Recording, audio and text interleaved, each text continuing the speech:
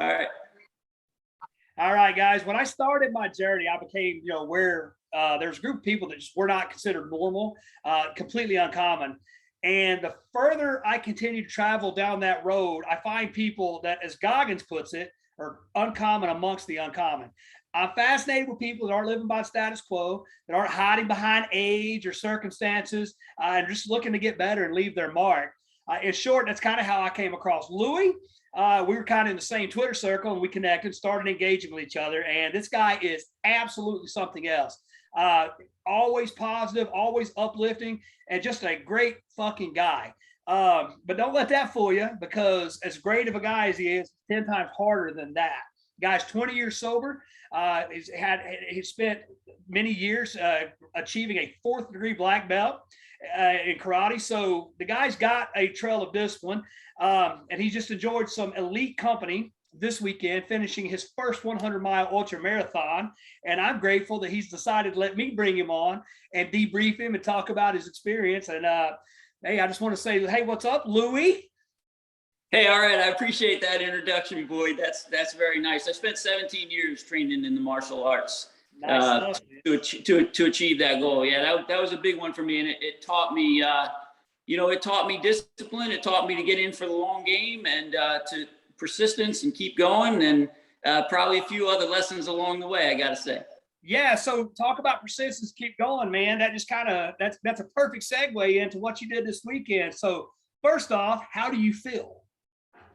Yeah, I feel pretty good right now. So I think I finished up about 18 hours ago.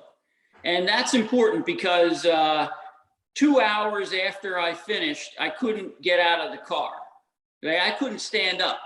And my girlfriend and I were planning on unloading her truck and bringing everything in, and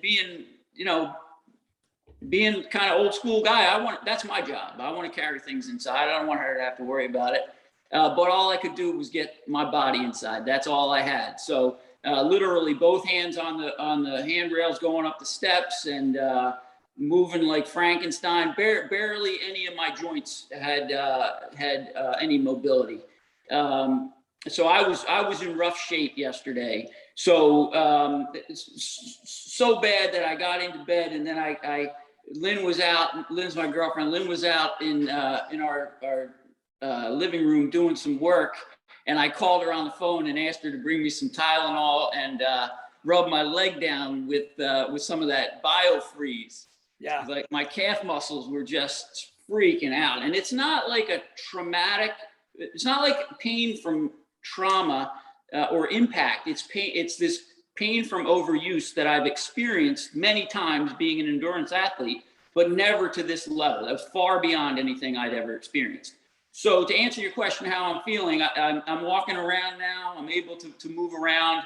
I do have a couple sore spots left, but my day has been, this past day and a half has really been all about recovery, and it's a pretty active process. It's not just sitting around waiting for the pain to go away. Yeah, you'll be waiting for a long time to just sit around on it. You got to move, got to get blood flowing back into it. So for those that don't know, you and I spoke about 10 days ago, or 10 days prior to your race, to kind of, you asked me about, basically my experience on, running the ultra distance. And man, I was thinking, I kind of went back over some of the information I gave you, and I'm really wondering, right? So we went over a bunch of stuff. We talked for an hour. But I have to ask you, Louie, how did that cheeseburger taste? And at what mile marker did you eat the cheeseburger? Yeah, all right. So obviously, Boyd,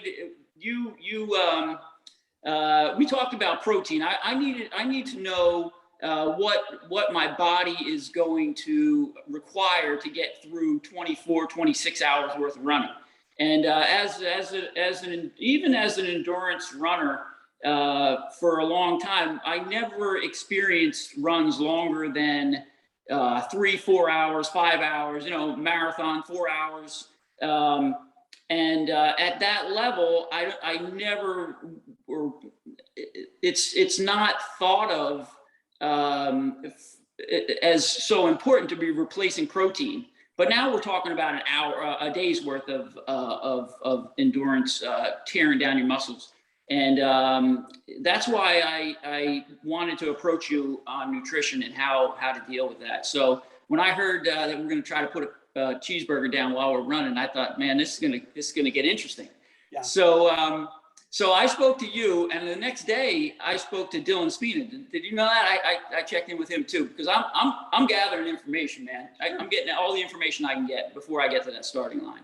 And Dylan wanted me to eat a burger every time I came back. I said, man, all right, I'm going to try it. I'm going to see what I can do. I'm going to see how much protein I can really get in. Now, I get protein from other sources also. I get it from some peanut butter, which admittedly is not as good as animal fat or as animal protein. But it's a proven one with me. A peanut butter and jelly sandwich is a proven one with me. So we decided to try to put the first cheeseburger down at 1 o'clock. The race started at 6 a.m. So I was 7 hours into the race. This race is an out and back, by the way. So there's a staging area where the start finish line is. And then there's a trail, kind of like an old Jeep trail, Jeep road. It goes out 7.5 miles, comes back. So it's a total of 15 miles. So after every 15 miles, I have the luxury of getting back to my vehicle with my girlfriend, and she's a cook and she's a professional. So I have any nutrition that I would want available to me. And we had a plan, and the plan was we wouldn't try the cheeseburger at 9:30 in the morning. So we did the peanut butter and jelly, went for the cheeseburger at 1 o'clock, and I fucking inhaled it, man. I inhaled it. I loved it. It tastes good. It was going, it was exactly what I needed. And it was perfect. So now and we had the cheeseburger on the menu for 3.5 to 4 hours later too. So it went down perfectly the first time. I felt good in my stomach. There was no problem, because with ultramarathon running, you can choose to walk for a while, settle things down as long as you really need to, and then pick up a trot again. So that's kind of what I did. And it worked out perfectly for the first time around. Second time, it's a different story. Yeah, and most people don't understand that. There's very, very few people that can run 100 miles without stopping a lot, right? You spend a lot of time walking, but that's a long time, man. And I think your time was over 23 hours, right? It was you crushed your goal of 27 hours, right? Yeah, the goal was 26 hours. 26, yes. And I came in at about 24:38 or something like that. So I was almost an hour and a half ahead of schedule. Yeah. Yeah, man. And to do anything. I mean, sitting on your ass for 24.5 hours is a lot of sitting. But you were moving forward for most of that part. And I think you may have seen my tweet. I got to go to the restroom, and I was totally fucking hooked. I was nonstop saying, "Oh, let's see how Louie's doing." So I think at 3 a.m. on Sunday morning, I think I tweeted, I just say, "I needed to see this, man. Thanks." And I sat there. I ended up getting on the bike. I don't know if you knew that or not. At 3 a.m, I decided, fuck it, man. I can't sleep. This guy's riding. For people that don't know, my belief is that, in fueling for a marathon no bitch. I mean, a marathon's no joke. And a lot of people train for years to run their first marathon. But you can run a marathon mostly on carbohydrates, right? And you'll feel fine. Once you deplete the body so badly and you keep going, once you get over that 30, 35, 40 miles, your body starts breaking down muscle, and the need for protein it's an overdrive. You need protein. So one thing that a lot of ultra endurance athletes don't think about is consuming, large amounts of protein during training. So Louie and I said, "Hey man, let's throw a cheeseburger down." I think we said, I think you're about roughly the 10 to 12 hour mark, but Dylan encouraged you. I was like, hey, the reason I said wait was just for simple reasons. I was going to see how your body handled it. I didn't want you getting sick, but I'm glad to hear that he co-signed on it. He agreed with it. Oh yeah. No, good stuff, man. That's awesome. So, I'm someone that's kind of known for making shitty decisions and doing stupid shit, and allow my ego to say, man, don't be a pussy and do it. So as that person that's known for making these bad decisions, tell me what on earth possessed you to say at 57 years old, you know what? And let me remind people, you're in the middle of Ironman training right now. Okay. What possessed you to say, I think I'll go run 100 miles? Well, so last year, so I had run, I think I had run a half a dozen marathons, and I'm always looking. I need that date on the calendar. I need it because if I don't have the date on the calendar, then my alarm goes off at 3:15, and I don't have enough motivation to get moving. If I don't have that date on the calendar, and I have a choice between uh, between Oreo cookies and a handful of nuts, I'm going with the Oreo cookies. If I don't have the date on the calendar and Saturday rolls around and it's sunny and people are heading to the beach, I might go to the beach instead of running. You know what I'm saying? So I need the date on the calendar. I just need that date on the calendar. And so the number just kind of started getting bigger because all of a sudden after half a dozen marathons, I put a 50-mile ultra marathon. It may have been after I started following Goggins, as a matter of fact, because I started following Goggins around the time that he did a podcast with Joe Rogan. And it was just an amazing interview. And I thought, man, there's people are doing so much work that I'm doing. I gotta get moving. And I got this voice in my head that doesn't say don't be a pussy, but it does say, come on, man, we got to start taking this shit seriously. And I mean, some of my training resume. I mean, it goes back. I can point back 27 years when I cover my karate training, and it's always been hardcore. But I continually hear this voice in my head. Come on, man, we got to stop fucking around. It's time to get going. You got to stop joking around here. You ever going to step up to the plate? This voice keeps coming in my head, and you see the shit I do, and it still comes into my head. So anyway, I put that 50-miler on the calendar for I think 2020, and everything got canceled for 2020. I mean, I started training for it, and I was into it about. I started training in February of 2020. I came off of a Philadelphia marathon in November of 2019. I took a little break, meaning I cut my training back a little bit, and then I started gearing up right in the beginning of February. Start hitting it hard for that 50-miler. I was following a book schedule. I was going to every day the calendar, whatever the calendar said, that's what I did. So I was 6 weeks away from that 50-miler. No, I was about 2 months away from that 50-miler, and it got canceled. So cut to the next year. I started again in February. Start gearing up, and now I'm about 6 weeks away again from the time of this race, and I got some bad pains in my feet, and I don't even know how to get rid of them. I don't know what the fuck I'm doing because the sides of my feet hurt. So I call a friend that does some body work, and she said, yeah, you got some tendonitis going on from starting up around your knee, and now it's so bad you're feeling it in your feet, something like that. So we tried to figure out what was going on. I'm thinking, I'm not going to make it to the fucking start line if I just follow this book. I need some help. And I've been following Twitter Fitness for a while, and I reached out to Ryan Dreyer, and I said, hey, dude, I don't know if this is your way, but I think you can help me. And I said, I got a couple races on the books, and I'm in need of some help pretty quick because I got a 50-miler coming up. And he said, all right, let's figure this out.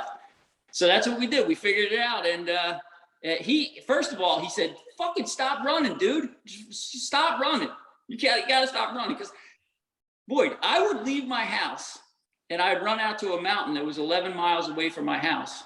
I'd run up the mountain and then I'd run home for training days. And then I do 30 milers regularly on the weekends, and I do 20s and 10s back to back. And, it was crazy. It was too much running. I wasn't doing I had a very poor recovery program. I wasn't really doing much strength training, a little bit of upper body strength training, but nothing really for my legs. And I was just kind of on the wrong path there. So I checked in with Ryan, and he kind of straightened things out for me. We got things under control. We made it to the mark for the start line on the 50, and we had a goal of 12 hours that day, and we crushed that one down to just under 11. So that was a good experience. And then we had some other things on the books later in the year. And then I realized that the age group course record for the 100-miler was 27 and a half hours, 27:45 or something. And I said, fuck that. I'm not that old. I'll jump in there. You know, this was a 51-year-old guy.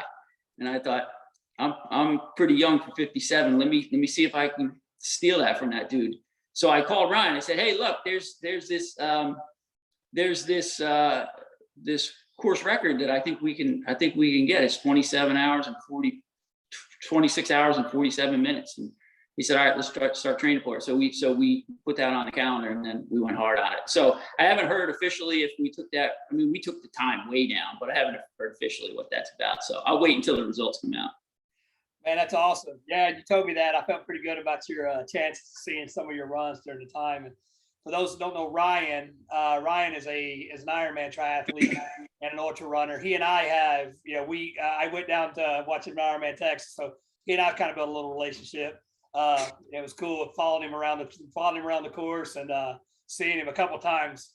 You've seen the video. Like, I got choked up seeing him on the course, man. So the guy reinvigorated me, because I'm in this long ass training cycle myself, getting ready for Waco and the 70.3 and the full, and you know, the monotony. It's easy, and you know this right here. It's easy.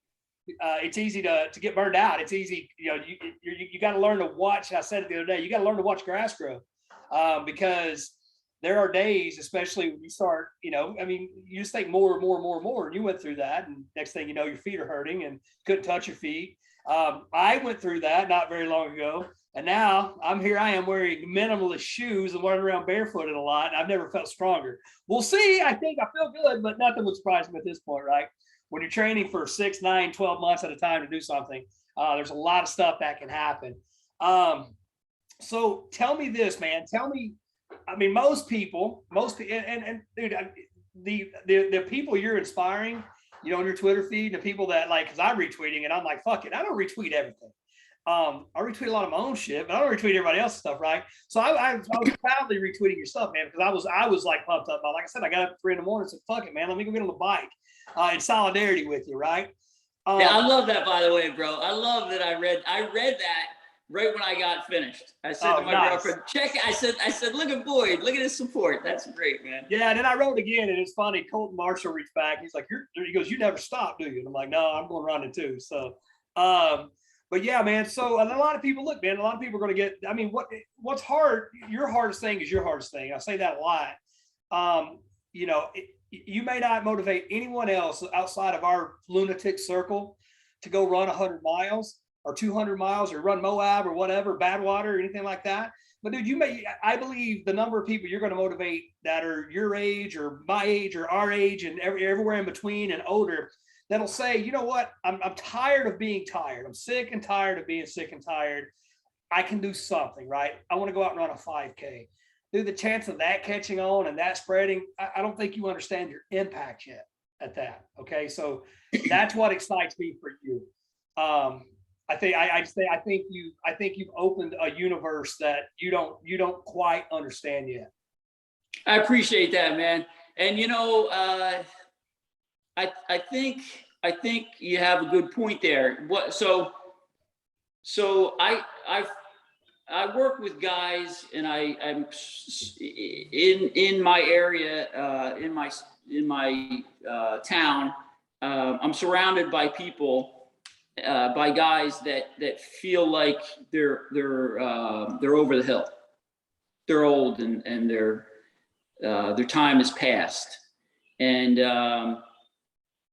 unfortunately, there are so many people that think that way that it's become a norm in our society for people to just kind of give up and expect that the 40-year-old man's body should look like this. And it looks the same, man. Everywhere you be in Texas, you can be up here in Greenfield, Massachusetts. It looks the same. And my 40-year-old body would have looked exactly the same as my friend's 40-year-old body and his 40-year-old, and they would all look the same if we all did the same thing. Right. The problem is not that that we age and we lose the ability to stay fit and to build muscle. That's not the problem. The problem is that we're doing the same thing the other guy's doing, and the other guy's doing, and the other guy's doing. And that guy said, you can't do anything about that. And so they all kind of bought into it. I'm not fucking buying into it, man. I've had doctors tell me, look, you're old and you're going to have that issue. And I said, nah, that is an unacceptable answer. How are we going to deal with this? You know what I'm saying? Like that fucking knee can't be burnt out already. You know, I had a doctor tell me that when I was 37. I should tell him I just ran fucking 100 miles at 57. Same goddamn knee. You know what I mean? So I think that people, you know, they buy into that and they'll latch onto it and use that as an excuse, but it's not the truth, man. It is not the truth. Anybody that knows you, that knows what kind of energy you're putting out and what your body is capable of. You know, I post a picture of myself shirtless on my on my Twitter feed, and sometimes I cringe when I see that. You know what I mean? Like that is that's outside of my comfort zone for me to be that forward. I would rather be a little bit more humble in my life than to do that. But people have to see that the 57-year-old body does not have to look what you think what in your mind you think it should look like. It could look different. Absolutely, yeah. I'd already planned to ask you about that. You're 57, and I don't need to tell you about what most 57-year-olds are thinking or doing. Hell, man, I don't need to tell you what most 37-year-old guys are thinking and doing. Like I said, it's not hard to be in the upper 1% physically. Right now, we forget that because the people we associate with, I mean, everybody's, you know, we're all, you know, doing all our own thing, right? We think it's everybody, but when you step back, all you got to do is walk through the mall or go into a restaurant or a grocery store, and you see how the other 99% are living. And I agree with you 100%, man. First off, they believe it's just normal. They've been told, wait till you're my age. And now they're that age, and they're like, there's not shit they can do about it. And then we've got a healthcare or sick care system, as Chris Butcher calls it, that there's really no motivation to get you better. Let's be realistic. If everybody was healthy, there'd be no need for doctors, right? So, right. Yeah, I mean, and so the last thing a doctor wants to do, he's got 88 patients waiting on him. He don't want to do some actual doctoring, right? And get you, that's too much work, right? I mean, he's looking for the path to least resistance, you know, but, and they've gotten away from that. I mean, all he knows is, hey, just take some Motrin. If that don't fix it, man, we got to cut it, right? There's a whole world between take some Motrin and rest for a day or two versus quit versus let's cut the damn leg off, let's amputate it, right? So, unfortunately, that's the world we're in. But like I was saying, you said that, you know, you took your shirt off. First off, man, and I understand, I appreciate that, the kind of guy that wants to be modest, that doesn't want to flaunt that. But man, you deserve to take those pictures and flaunt those, dude. And I'll fucking retweet them, man. They're gonna think you and I are dating, right? They're gonna think I kicked Daniel to the curb. I'm not. That's a joke. I'm not dating Daniel. I'm 100% heterosexual. Nothing wrong with Daniel and whoever he's dating or whatever he's dating. I don't know what he's doing. Let me ask you this, man. So, like I said, there's not many. You talked about the guy that had the course record that you completely annihilated. Okay, was 51. Okay, and he's not, as far as society goes, he's not a spring chicken. He's not a child anymore by any stretch. But you're a whole different level. I mean, you're 57, dude. I remember when my grandparents were 57. And in my mind, you know, probably like my daughter looks at me, I thought they were 1,000, right? What's turned you in to this? I mean, like I said, I call myself a cyborg all the time, man. What's turned you into that cyborg that you've become? That's a good question, Boyd. What has turned me into it? It's probably just been a progression. So it started off slowly, and then it just continued to build momentum. It just continued and continued. And every time I pushed the limit, every time I pushed it back a little bit, I realized, shit, this can go back further. It can go back further. It can go back further. I'm not done. I don't know where I can get. I know that I can go further, but I don't know where the end is. So I had a sensei that I was very close with.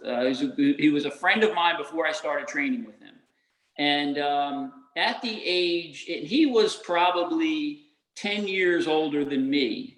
And he said that to me one time. He said, wait until you're my age. And and he was just solid dude, man. Really, really solid dude. Legs on this guy. I mean, if you know the martial art that I trained, you'll know that standing in Jigo Tadachi for a long time, you get some powerful legs, and your kicks are crazy. So, and he was powerful from the waist down, really powerful. So, but he said to me, wait until you're my age. Things change, your body changes, and you start. It's more and more difficult to hold on to the physique that you would expect or that you would want. Now, let me tell you that he was a bit of a drinker too. And I look, you want to drink, that's your business. But if you're putting calories every night, those type of calories into your system through alcohol and drinking beer, don't be surprised that your body changes into that. He never took the opportunity to completely remove that part of his lifestyle and see what his energy level would be, what his physique would look like, what changes would happen. Maybe he would sleep better. You know what I'm saying? All the things that you would kind of assume could happen from aging. So fortunately, I didn't fall into the trap with him, because when we hear advice from people that we respect, especially somebody that you would respect as much as your sensei, you may take that for law and expect that look, this is the way it's going to be. So I just started pushing that limit a little bit in my 40s. When I drank until the age of 37. So I'm sober 20 years, but I drank until the age of 37, and then I started trying to put the pieces back together at 37. I drank for probably the first 7 years of my karate training, and it did not go nearly as well as when I sobered up and then continued with that practice. I started seeing some amazing changes in myself physically. So I pushed that and tried to get more and more out. And still today, I got no idea how far I can go, but I know it's further than I went yesterday. Man, I love that. And I always say you're capable of so much more than you know, than you believe, right? And I'll piggyback on that too. The drinking. Hey, listen, I don't care. Like, I can be around it or whatever. I can be around people drinking. It doesn't bother me at all whatsoever. If I want to have a drink, I'll have a drink. I've never said I don't drink. I mean, I just haven't drank in a few months. Not a big thing. But one thing I will tell you is, from my experience, somebody that's done, I was with my powerlifting years. Hey, I had no problem with wrapping a workout out, finishing it up and having my post-workout meal, Buffalo Wild Wings, and eating 60 wings or whatever, and drinking 20 tall, Shiner box or whatever, right? So I know the difference how the body performs, but alcohol as a whole, again, if you enjoy it, you want to go out and do it occasionally, listen, the effect's negligible if you're able to manage it with your life, right? Louie, you are we've chatted a handful of times. You're probably much like me in the fact that whatever you do, you kind of do it full blast. And oh yeah. Yeah. So, I mean, look, I was never the kind that would say, let me have a drink. If I did it, I was probably, and as I got older, I got a little better at that. But I would go drink 50, right? I mean, or drink for 2 days straight, right? I didn't drink to just because I was thirsty. I drank to, I plan on getting fucked up, right? So that's just the way I was. Not everybody's that way. A lot of people can, handle. Moderation is not my strong suit. I got quoted on a podcast I did. You also said a couple of things I really want to touch on. You said, your sensei said, wait till you're my age. And I don't think people, I mean, if you're told that by someone that you love and you respect, a father, somebody that you look up to, like a sensei or a coach, then that's what you expect. And what you expect almost always becomes your reality, correct? Exactly. And that a big part of that is I grew up in the southeastern United States. and everybody will say, well, it's my genetic. Everybody in my family's heavy. And I believe that's so much less about our genes and what we decide, but as it is our habits, right? What we see, what we're around. Because you said, all the 40-year-old guys you hung out with, they all look the same. Well, I don't think that plays a lot. I don't think everybody has shitty genetics as much as everybody has shitty habits. Would you agree with that?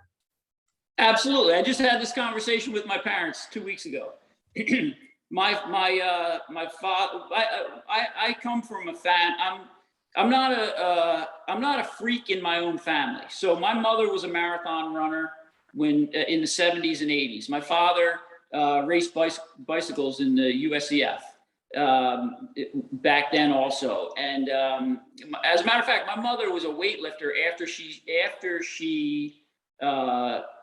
she stopped running marathons, after she stopped doing endurance running.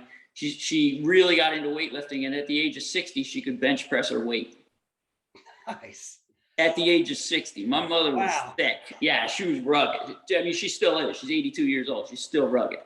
But it's still lifting. Yeah, my mother still lifts. I mean, her routine doesn't look the way it was. She still runs. Anytime there's a race and there's a 5K goes along with it, she's in the 5K that I'm in. Yeah, she's always out there. These two go out. They take the bike out. My dad will be on his bike, and my mom will run. They'll go out 3 days a week from the house. So you got to sign them. You got to sign them up for a triathlon relay.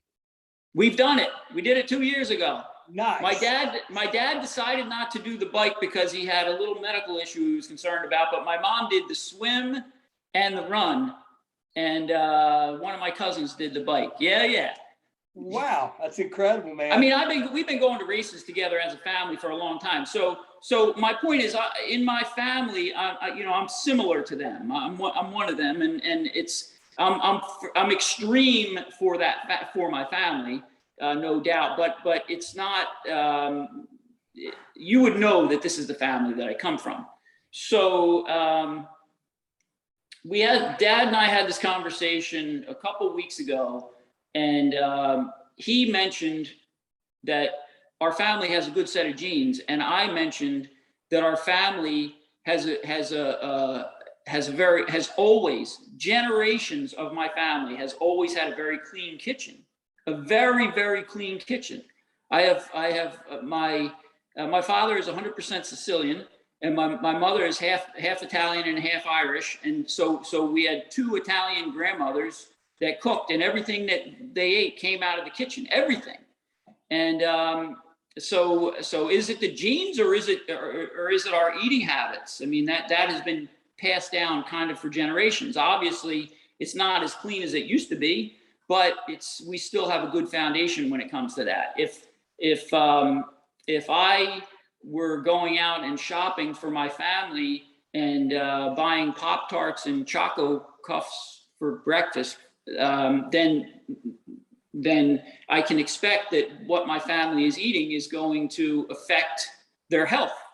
In my home here, we eat eggs, and we have some decent bread and some meat that goes along with it. That's what we have for breakfast. So that really has a lot. I think it has a lot less to do with genes and a lot more to do with habits, like you said. I'm 100% agreement. Yeah, I agree. That's a great takeaway, man. I mean, if you've got kids or whatever, be very conscious of I know what's easy, I know what's simple, and I know what's maybe more palatable to them. I've got a 4-year-old. I mean, I know or she's 3, she'll be 4 next month. I know what she would prefer to eat. However, I'd be doing her a disservice to let her eat the marshmallows and Pop-Tarts. You sound like you know exactly what she likes. The hot dog, she wants to eat every single meal. So do I. Yeah, I agree. Yeah. I don't always eat exactly what I want, right? I mean, every once in a while I show a little bit of this one whenever I can. So just do me a favor, man, and kind of jumping back on this one. So again, a lot of people have never done it, and they have no desire to do it. Especially when I ask you this next question and you answer it, nobody will ever want to do it because I've been there and I know. Do me a favor, man. Walk me through your race day. Walk me through the race? Yeah, walk me through the race you ran. So, I mean, starting on Saturday morning, and tell me a little bit about some of the laps and all that you did. Yeah, so let me start off by telling you that I was scared to death before it started. I had this huge fear before it started. I didn't really talk to anybody about this, but my girlfriend knew that I was feeling a little bit of pain in my from my sciatic nerve, or something was going on my right leg 2 days prior to the race, and I was fucking freaked out because I got a feeling that if you have a little bit of pain starting a 100-mile run, it's not going to be a little bit of pain for long. It's going to be, it's going to eventually be a problem. So I'm thinking about this. I'm doing everything I can to alleviate this pain. And the truth is, I was afraid of failing. And I'm not accustomed to putting myself out there to the world, and the world, at least our little world, knew that I was building up for this event, and now I haven't even made it to the start line, and now I'm thinking, shit, am I gonna make it? Is this just gonna unravel right when I get out for the first few miles? I don't know.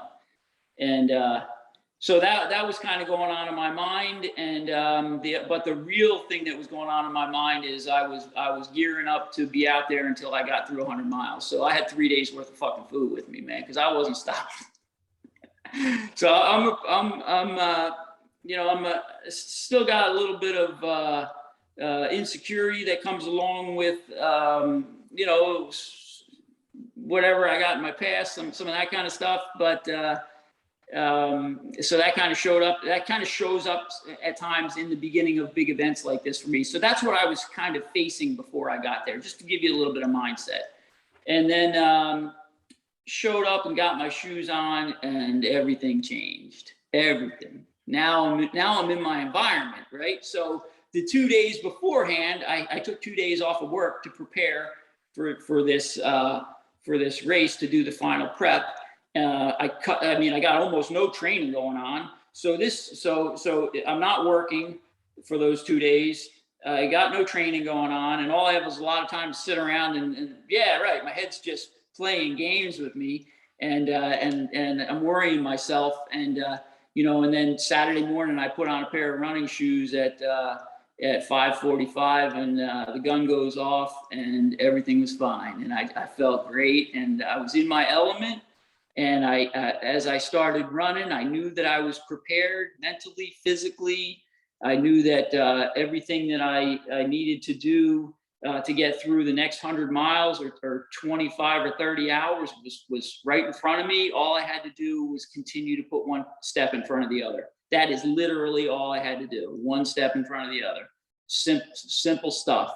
So I had a pace plan. You and I, it's part of what you and I spoke about, Boyd. We talked about my pace, and first pace I was going out, and the first third of the race was a little bit faster, and then it would slow down the next third, and then it would slow down even more for the last third. So yeah, but you didn't slow down a whole lot, Louie. No, man. I mean, look, I built that in just for safety's sake. That doesn't mean I want to slow down. I was just talking to Ryan, and I told him, I said, look, man, just because we had 26 hours doesn't mean I'm going to take that time. I'm pushing it down as far as I can. Actually, there was a point when I was doing some math, wondering if I could push it under 24. So you almost did. Yeah. I thought you had it. I mean, I know what those last, any ultra distance race, man, those last 2 or 3, 5, 6 miles. It's weird because you almost wake up and you're like, holy fuck, I just got, you're like, when you were at 15 miles, and I think that's about the time I got on the bike, right? And I remember thinking, I know your mindset, you're like, dude, I just got 15 miles to go. 15 miles is a shitty workout. That's a shitty day in most cases, right? That's a serious go out and you're going out to fucking do some labor 15 miles. But once you've done 85, in the grand scheme of things, it's not that big of a deal, right? And I remember thinking for you, like you're sitting there thinking, like, dude, I've already done 63 miles. I just have 37 miles to go. 1% of 1% of 1% of 1% of people never run anywhere fucking near 37 miles, right? And so I know that mindset, how you're like, oh, dude, I've just got 37. I just got 18. I've just got 15 miles, right? So I remember feeling that for you, thinking, this boy, I felt like, man, the guy still got 15 miles to go. And you're thinking, fuck, I just got 15 miles to go. So Yeah, but Yeah. I was doing the pace in my head, and I was like, he's crushing the shit out of that. And I wondered when I saw, I think it was 83 or 85.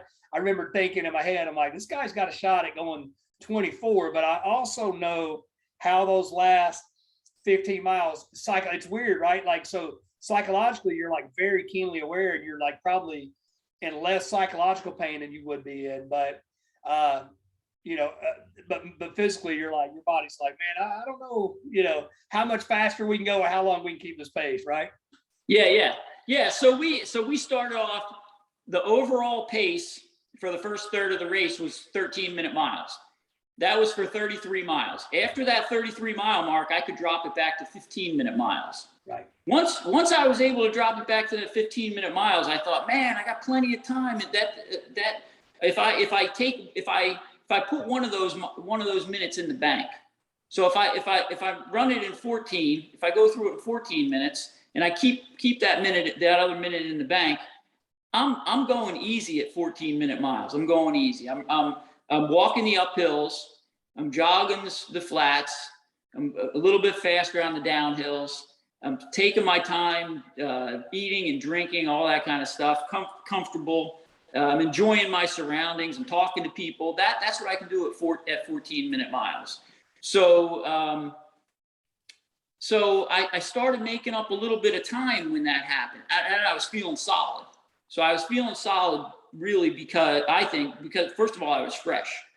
Second of all, my nutrition. You and I talked about my nutrition. Everybody was right on the same schedule that you and I talked about my nutrition. First thing in the morning, I ate some overnight oats. So night before, nice big piece of tenderloin, some good protein, some sweet potato. I had really good nutrition leading up to it. So I was firing on all cylinders. Hydration right on the money.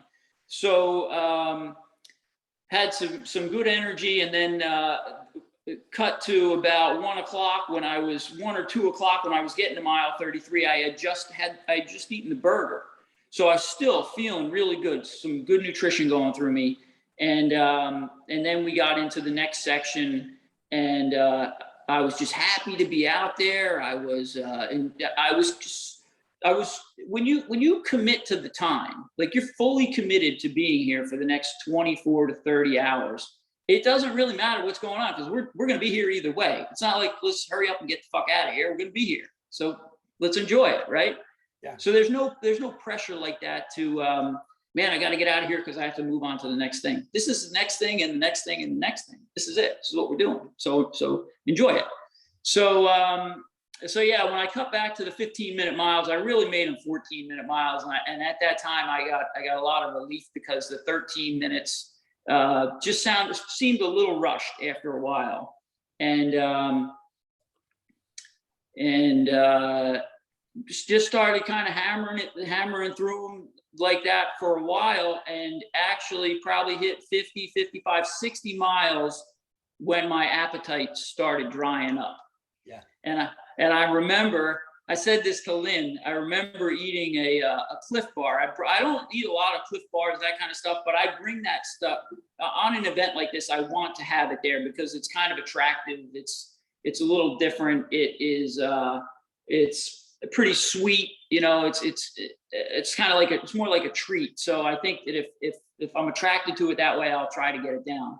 Well, when I started eating the second or third one, and I had a lot of different other types of nutrition also, but when I started eating, I think my second Cliff Bar, and it just kind of turned to sand in my mouth. You know what I'm talking about? Like it wouldn't go down. It was just like sandy in there. And I thought, oh, this is not going to work anymore. I got to move on to something else. I knew that my nutritional plan was going to take a hit right now. So I struggled from that point on, and from that point on in the race on, I really struggled to choke down any food, and it got worse as the day went on. Yeah, we had this conversation. Said at some point you're not going to want to eat. I mean, I know it's hard to believe, right? Because you're burning so many calories. But everybody that's ever, 50K to freaking Ultraman, right? You at some point you lose your appetite. I mean, and I mean, I guess that's one of those hard things because that's really deep water to get into. So it's not like you can train yourself. I mean, you don't have 100-mile training runs, right? So the only way through it is through it, right? You mentioned something. You said that it doesn't matter. It doesn't matter how much I want to get out of here. Time, it's going to take 24 hours. We're going to be here for 24, 20, whatever, right? 30 hours, whatever we're at. And the thing I take away from that is, man, a couple things. First off, the importance of staying in the moment, because you don't have a choice when you're running 100 miles, right? You've got to kind of, you're keenly aware. My feet hurt, my ankles hurt, my legs hurt, my back hurts. I can't eat. I'm thirsty, right? So staying in the moment, doing that, I mean, absolutely everything, man. I mean, how much more satisfying would it be after we completed tasks if we could honestly say, man, I was in the moment for the whole thing, whatever it is, right? Another thing you mentioned was you just knew, just keep putting one step in front of the other, right? Just keep moving forward.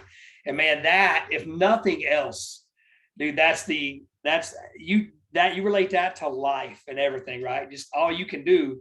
In some cases, you're going to go through some shitty times. You're going to be, you can't eat anything. You don't want to drink any water or whatever, but just keep moving forward and somehow it figures out how to work itself out, right?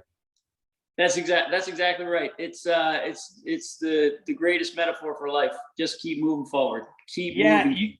And that's saying I was excited every time I saw a video because obviously, you're moving forward. Your pace was incredible, but every single video just resonated a positivity and good energy, right? So I could tell that psychologically, we mentioned from a hydration standpoint, nutrition, don't fall behind schedule. Don't fall behind because you don't get out of that hole. It's really fucking hard once you're there if you stay ahead of it. But I could tell psychologically that you were staying ahead of schedule too, right? That if you had, and I don't know, you don't have to tell me. I know you had some shitty moments during that race. There had to have been. If not, you are Superman. You may be, but there's at least a few minutes, few miles there in anything that distance where it's fucking misery, man. And the only way to get through it is keep going. Just keep going through it, right? So I could tell just on those videos that man, you that good energy, and we talked about that, just saying hi, nod, smiling at people as they go by, man, that does as much for you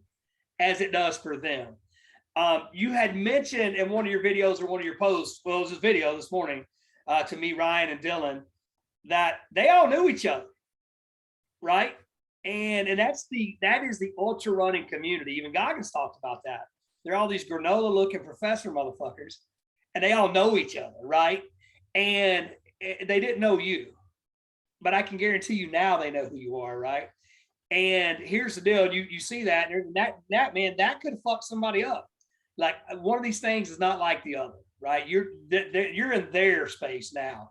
But I think that's the beauty of ultra endurance sports is while we are on the course, while we are competing, and while we do want to, we want to win, we don't want to do it at the expense of others. We want to see others do well and succeed as well. Would you agree with that?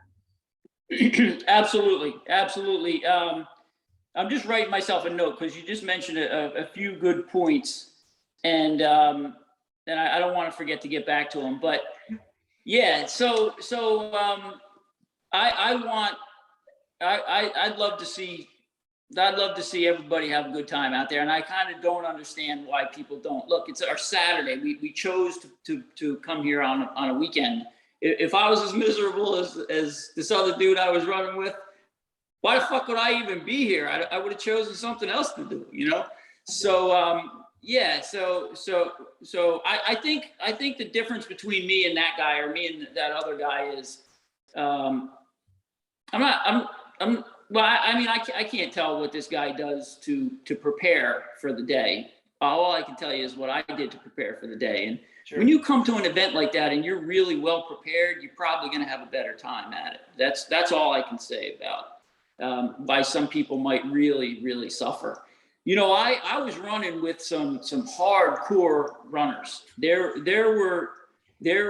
was telling Ryan that there was this woman there, and she was probably 60 years old, around my age, and you could tell by looking at her that she had a lot of miles and that she was very comfortable on a course, a long course. And she was ahead of me until she was she was a good ways ahead of me. And I can tell when people are ahead of me because it's an out and back. So you know when at the turnarounds how far ahead they are or how far behind. Or you can at least gauge it a little bit anyway. So, but she was somebody that caught my eye and I was watching her. So I started getting closer to her. My pace I think my pace did not slow down as much as hers did around mile 50. So at mile 70, I was next to her and just having a quick conversation with her and kind of checking in and how she was doing. And I always want to know that person because this is the, she's put the miles in, she's put the time in. I could probably ask her 10 questions and out of those 10 questions, 6 of them would make me a better runner, a better endurance athlete because she knows. So I want this to have just, a friendly relationship with her. And then, so we did some small talking and then we left each other and I left her behind. And as time went by, she got further and further behind and she wasn't happy about it. And she may not have been happy about it because I'm some outsider in her community. But she was friendly about it. You understand what I mean? Like I feel like she was a little bit pained from the situation, but at the same time, curious about me and interested in, how come we don't know you in this community.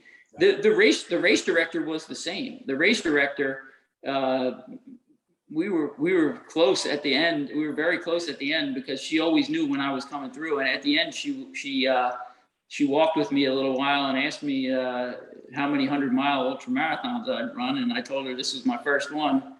And she had some complimentary things to say to me. So yeah, it was good. They know you now, right? Everybody knows who you are now. Yes, they do.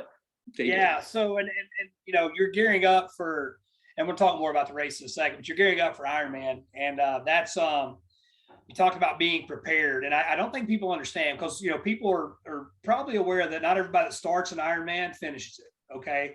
I don't know. I've never looked it up. I mean, it depends on a lot of factors. Different races have different washout. But let's say 2000 start, right? I want to say it's something like maybe 1500 finish. That seems right. But here's the thing people don't understand is if 2000 start, that probably means 3000 signed up, right? So it's not a case of, how did you do at the race? Man, there's a lot to say. There's a whole fucking lot. Most people wash out or quit before they get to the starting line. So you talk about being prepared, right? I can tell you right now, and we've seen it, we've seen it just in our circle, right? Some guys are like, oh, fuck it, for whatever reason, right? Injury is a big part of it. But man, it's a grind. Ultra endurance sports and Ironman and going beyond Ironman it's not every day is not going out setting a personal record. It's not about, it's really incrementally getting 1% or less better every single day and maybe taking a step back when you've got pains or aches, right? And that is a psychological beatdown for most people. So that's one thing that draws me to it is, man, that training for 6 months to 9 months, man, it takes a lot of patience, right? Oh yeah, no doubt about it. And so you mentioned something interesting. You said that maybe 3000 sign up, 2000 show up, 1500 finish. Right. That line between the people that sign up and the people that show up, there's a gray area there. So some of them are less committed than others, right? Some of them don't show up and some of them do show up, but in there's a few that show up that weren't going to show up and a few that, you understand what I'm saying? That they kind of have 1 foot in, they show up, but they're not fully committed. That is the difference between me and some of those people that were there. I was all in, man. Let me tell you something. If you don't believe me, when I tell you I will die to reach a goal. I will die. If you don't believe me, you don't know me. Man, I can see it in your eyes right now. I have zero doubt. You're gonna make my ass go run again, dude. I've already done a bunch of working out today. I'm like, I swam, man. I swam, I lifted, I ran. Now I'm like, damn, I'm gonna have to go run again. And I've got company, man. A guy, one of the guys on Twitter, man, hit me up coming into town. So he's here. We went and had lunch. We're gonna go out and hang out. Yeah, man. But you understand what I'm saying? Like I'm all in. When I show up there, I'm all in. I'm not. All I'm saying is, if everybody is that committed, then that success rate goes up. Absolutely. And you said and it's funny to hear you say it back to me. It hit me, man. How important is showing up? Right? Yeah, right. I mean, you got a great chance of finishing if you just show the fuck up, right? Now, don't quit before, because I can guarantee you this right here. I can promise you this. Listen, if you get to the starting line, it sounds like, I mean, if my numbers are remotely accurate, like you have a 75% chance of finishing, right? Give or take, right? Well, if you don't show up, you have a 0% chance of finishing. So, listen, it's the suffering, the pain, that shit will end, right? Oh, yeah. And it's easy to say that about a day, about an Ironman, about an ultramarathon. But it's also the same thing over that 6, 9, 12-month training period that a lot of us go through. Day to day, you got to remind yourself, man, this fucking sucks. And it may not be physical pain. It may be psychological pain that you're burned out or you're bored, right? Oh, yeah. But that ends. And I think most people that make it to that finish line will agree, dude, the suffering's fucking worth it, right? It really, really, really is, to show yourself that you're capable, that you did something that you didn't know you could do, right? We go out and do all these things. I know I can get in the car and drive to the store. I'm not really worried about that. There's a 99.9% chance I'll be fine, right? I know I can walk out in my yard, right? But man, do I know that in my case, I can do a full Ironman and a half Ironman on back-to-back days. Did you know that you could go out and run 100 miles, right? You don't know. So putting yourself out there, and I mean, you've got upwards of 2,500, 3,000 followers, am I right? I have 2,300 followers. Yeah, I mean, dude, I know this. I know I retweeted it. I've got over 5,200, and Dreyer's he's got 10,000 or whatever he's got, right? So, yeah, man, a lot of fucking people knew what you were doing, man. So that takes a lot of bravery to put yourself out there, right? So, but you showed up and you kicked ass, right? So, man, and I couldn't be more proud of you for that. Tell me what you learned, man. What did you learn about Louie and about 100-mile runs during this race? Well, I think most of what I learned was, and I read this recently from Jay. Jay posted it. Jungle Jay. He wrote something like, you can't separate mentally, physically, spiritually, and emotionally. It's all together. You're all together. You are that. And excuse me, I have known that for a while, but it became really obvious to me throughout that 25-hour period that my physical and my emotional and my mental are all connected, and my spiritual.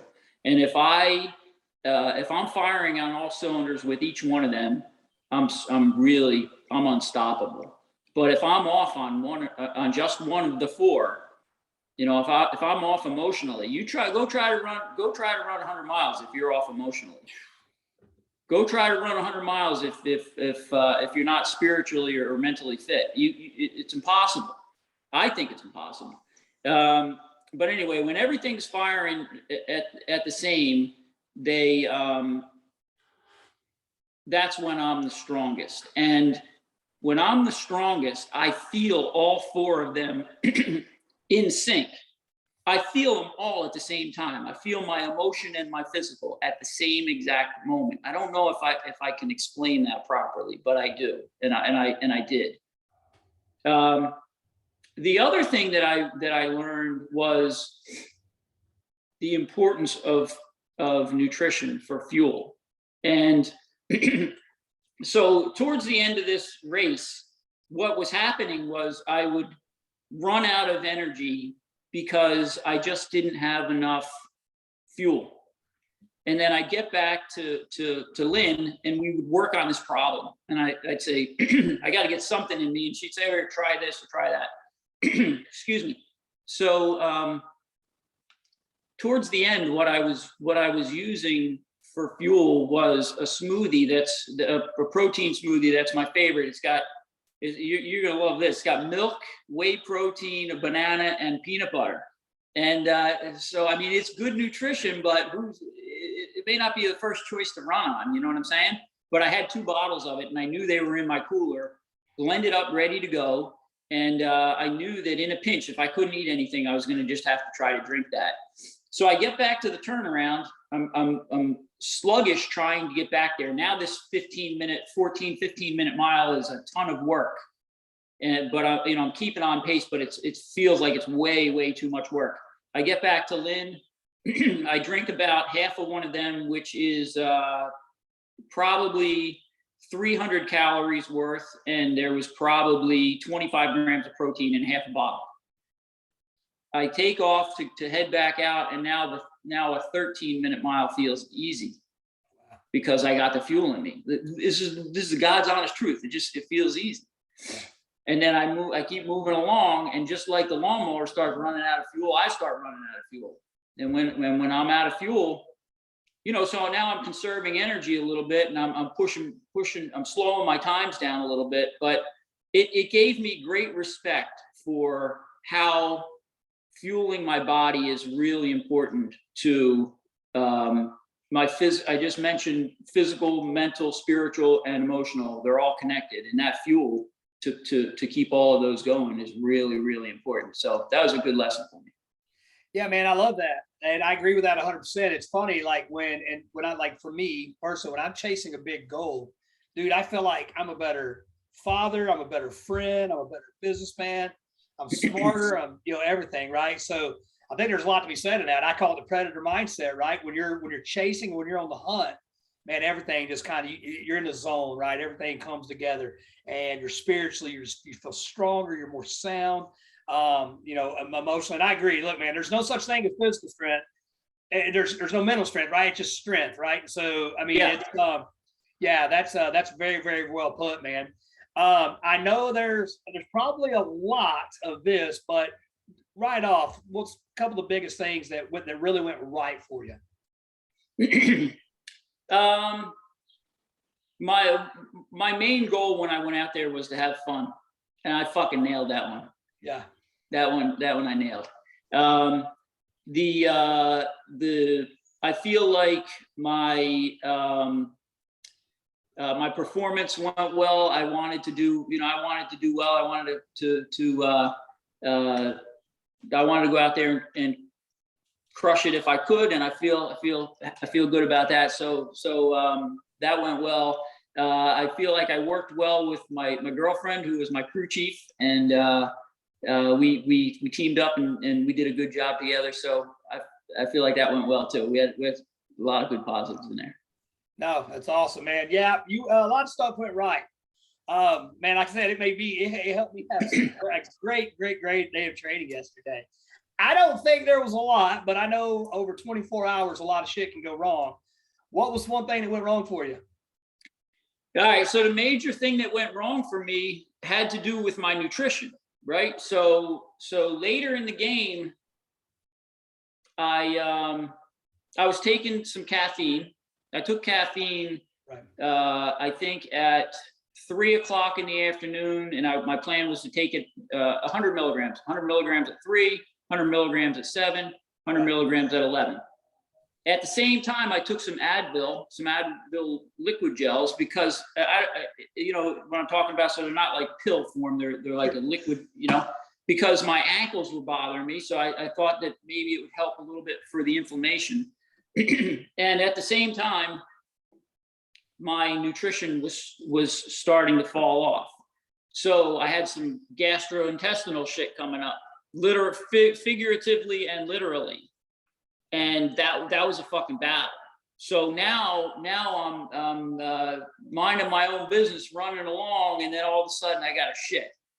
And and it's not really like I have much in my system. It's just that my lower intestines are twisted up because I'm bringing fluids in, probably bringing a lot of sugar in, just mixing things up like that. So I feel like I have a long way to go for the second half of that race. The first half of that race went very well.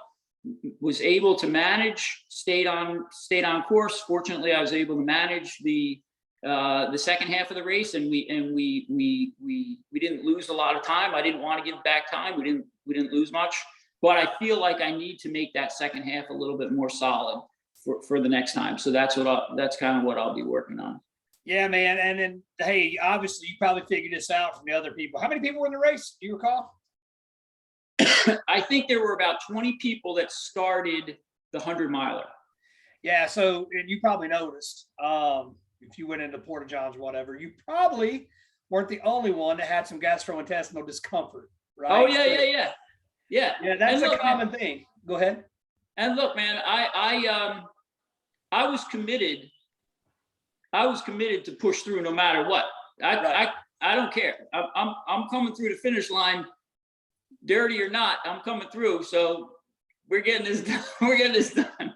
Yeah, man. So, somebody's been there. Right? Listen, I know how bad that is. It's not always pretty. It's not pretty. It's a rough game, but it's never pretty. we're in it, right? Exactly. Yeah, absolutely. Well, man. So I know one thing that's coming up for you, and I could do a little bit of math. I could probably figured out you're roughly 150 days out, give or take. So I mean, what's next? Tell me a little bit about that. I mean, let's talk about what's coming up for you. Yeah, I have. So obviously, I'm one of the guys that is doing a full Ironman triathlon in November, and I have done some triathlons in the past. My longest is a half distance. That was a few years ago. I don't do much. I hadn't been doing much for swimming and biking until this year when I saw that. I saw everybody jumping in on that. I couldn't hold out on that. If I didn't jump in on that, I'd probably be in Waco. I mean, I can't. If I see other guys out there having fun, I want in. So anyway, that's on the calendar. And then what I started doing was filling in time between then and now. So I got until November to be able to swim get that swim ready. So I put an ocean swim in for me in July, the weekend of July 4th. A couple other people on my team doing that. I'll do a Olympic distance triathlon locally in